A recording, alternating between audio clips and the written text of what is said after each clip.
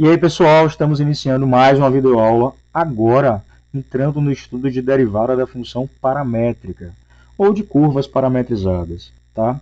Vamos entender agora, antes de prosseguir diretamente para derivadas, a gente vai entender o que são essas curvas paramétricas. E eu vou trazer algumas principais que serão muito utilizadas durante o estudo de cálculo em geral, não só agora em derivadas, mas em integrais e em outros momentos do cálculo, tá? Vou começar com a mais trivial, que é a equação y igual a ax mais b, para qualquer valor de a e b. Tá? É a equação da reta. A gente conhece essa equação e a gente sabe que gráfico gera a reta, óbvio. Ax mais b. Quando eu crio, eu gero dois controles deslizantes, a e b, que eu botei para um valor qualquer, como está explicitado aqui. Se eu variar positivo, eu tenho uma angulação, porque esse A se associa à tangente desse ângulo, ok? É o chamado coeficiente angular da reta, beleza? Ele positivo, eu tenho inclinação aguda, um ângulo agudo de inclinação. Se ele for nulo, ainda tem uma reta, só que é uma reta paralela ao eixo x, tudo bem?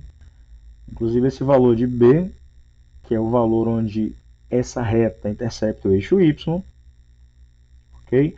É chamado de coeficiente linear. Se o A for nulo, vai ter só y igual a b.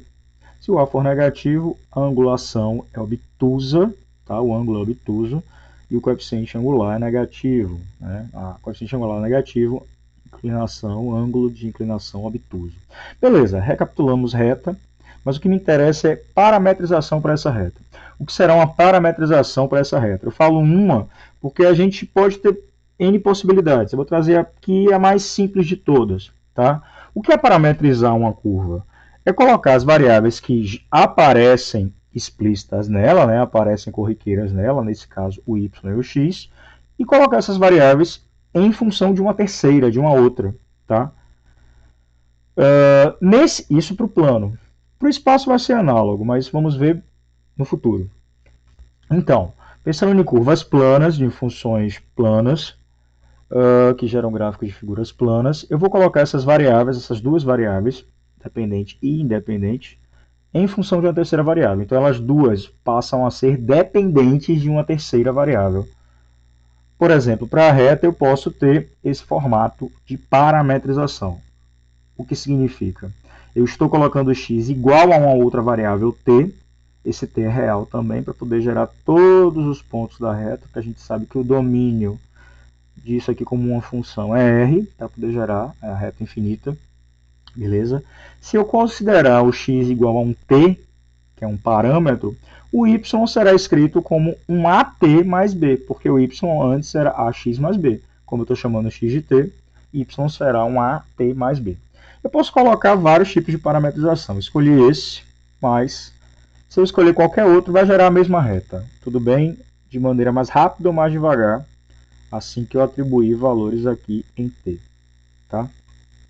No futuro, no estudo de integrações, falaremos sobre o mais rápido, mais devagar, porque esse t ele funciona como uma espécie, entre aspas, de tempo. Entre aspas, porque eu não teria tempo negativo.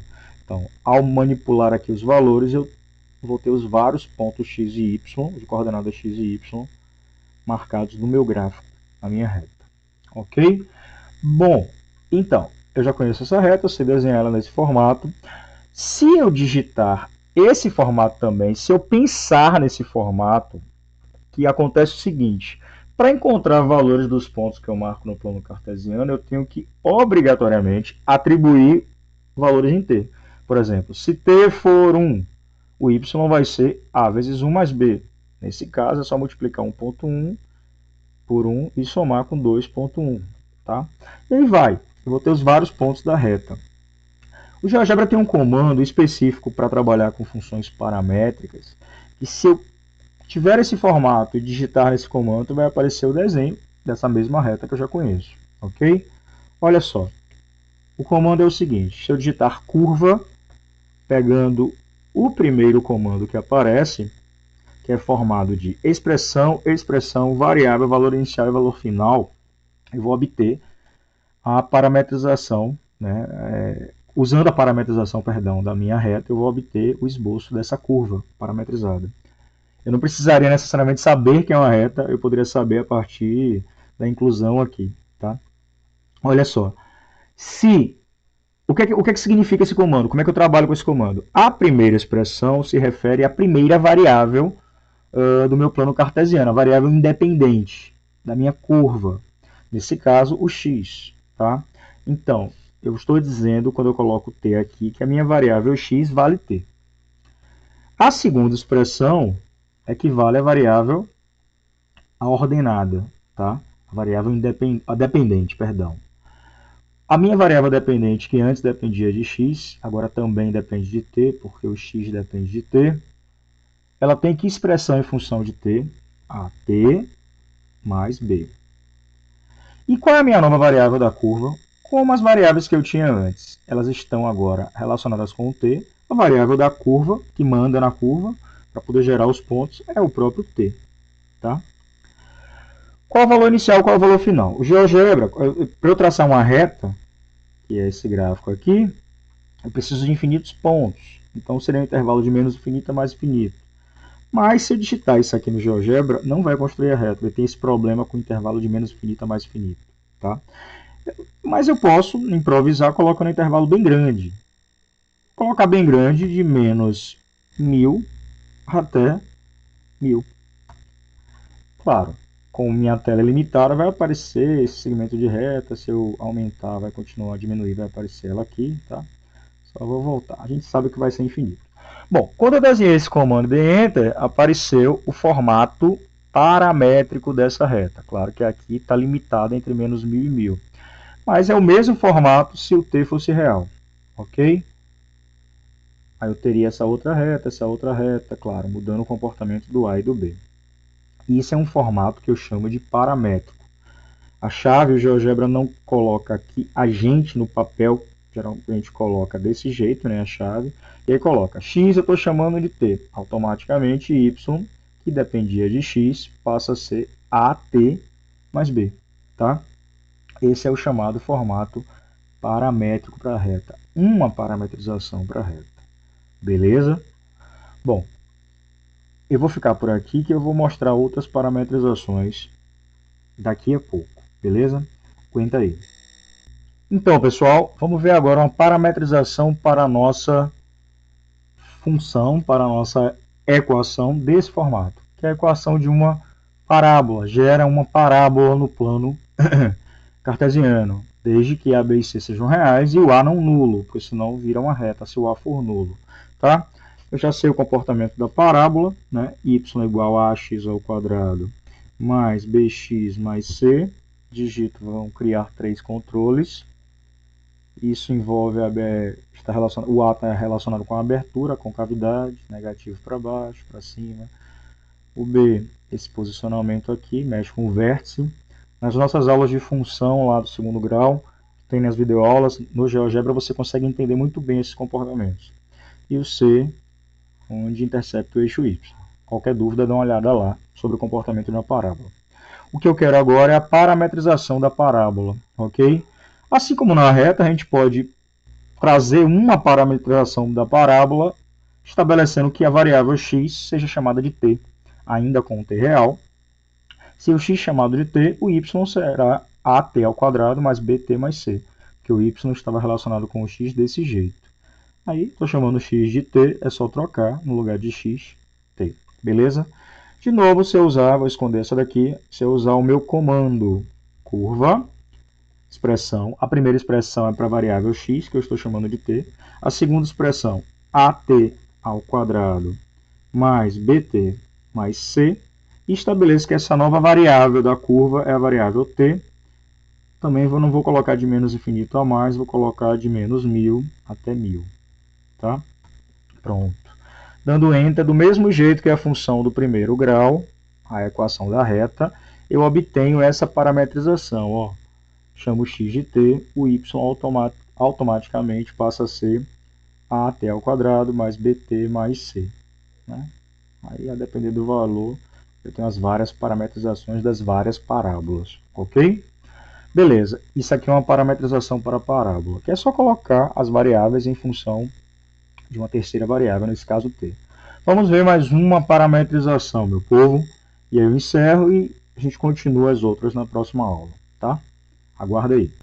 Então, povo querido, para finalizar a aula de hoje, vamos ver a equação paramétrica dessa curva. Que curva é essa? É um círculo, ou melhor dizendo, é uma circunferência de raio r, tá? Esse valor é um valor positivo, óbvio, tá? X ao quadrado mais y ao quadrado é igual a r ao quadrado, é uma circunferência. Não é uma circunferência qualquer, é uma circunferência de centro na origem. A gente viu nas aulas de equação implícita, derivada da função implícita, tá? E agora eu quero a parametrização dessa circunferência. Mas antes vamos retomar.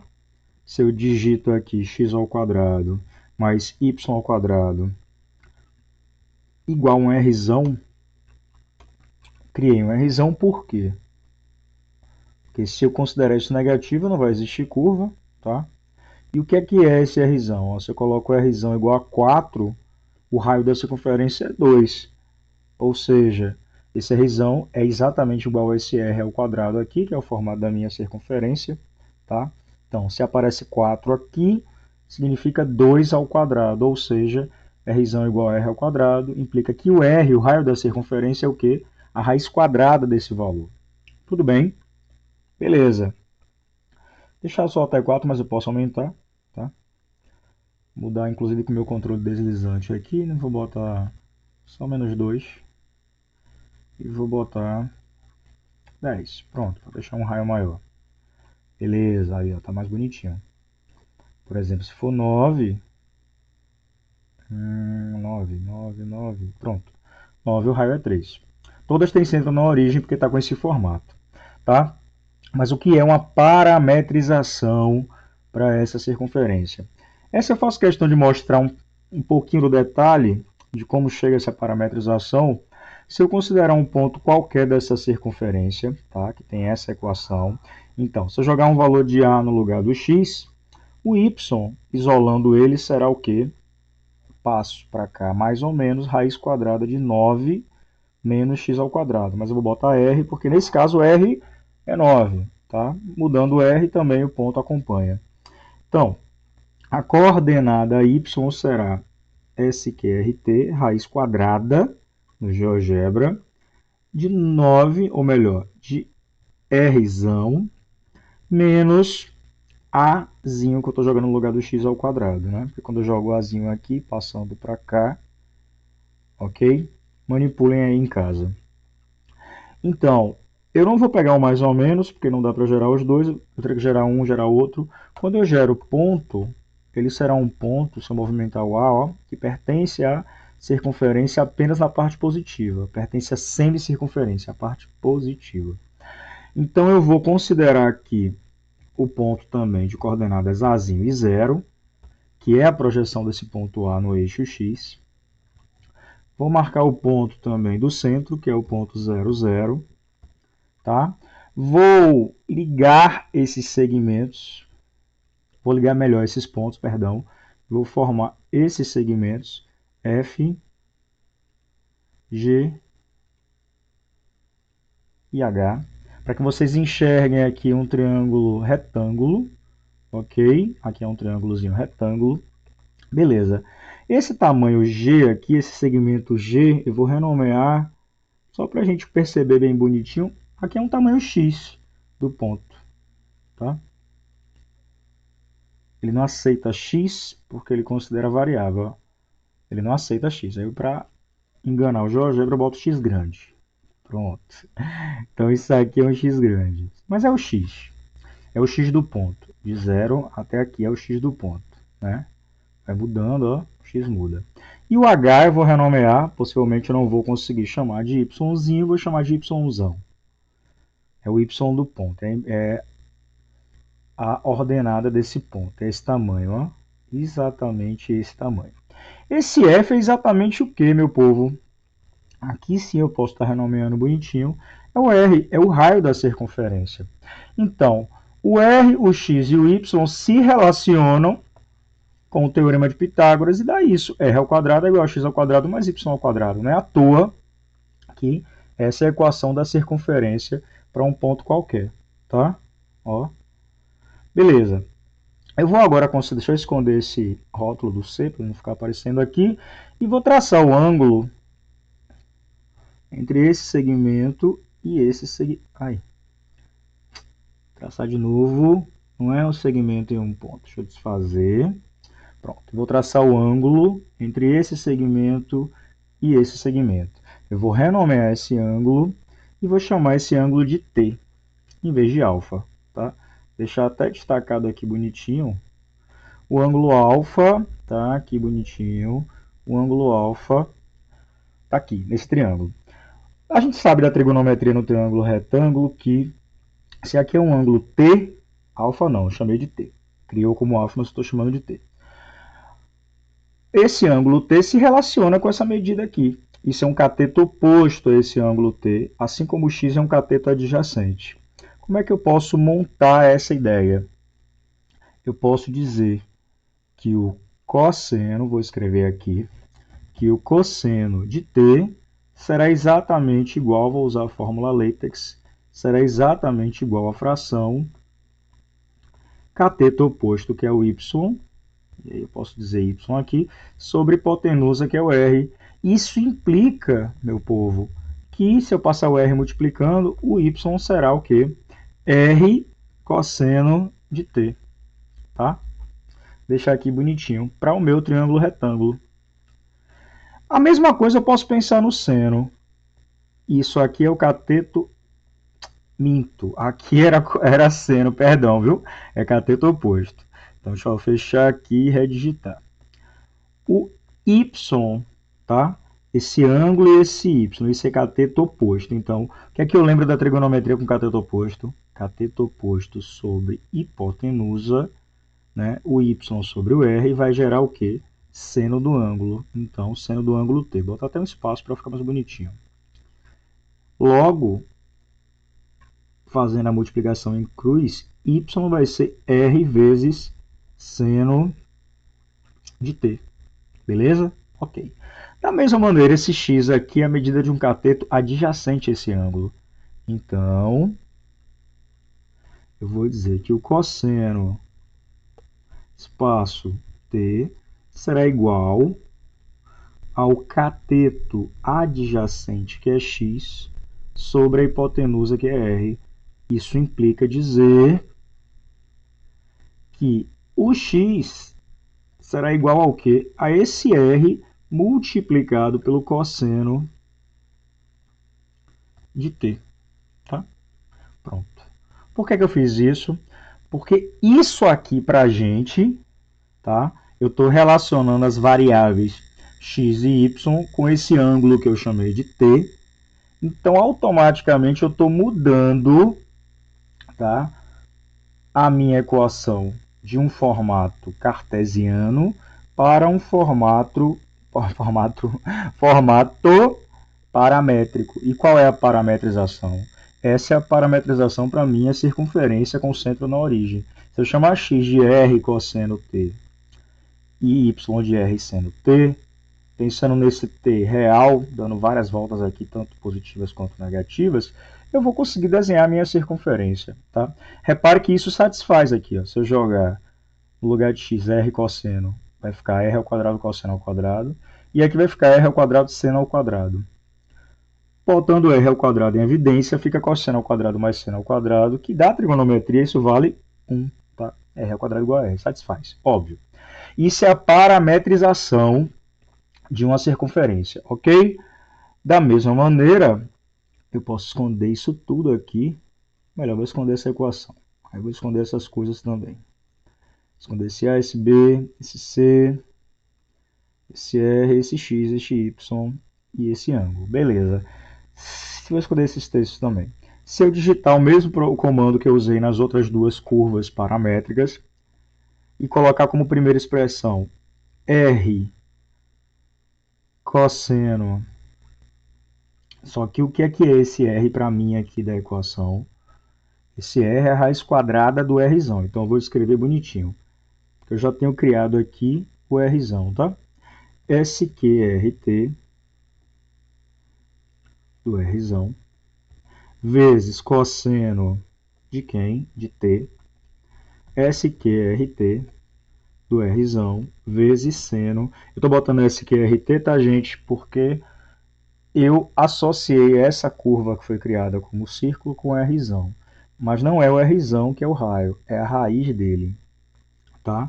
SQRT vezes seno de T. A variável é T. Eu vou botar a variação só de uma volta.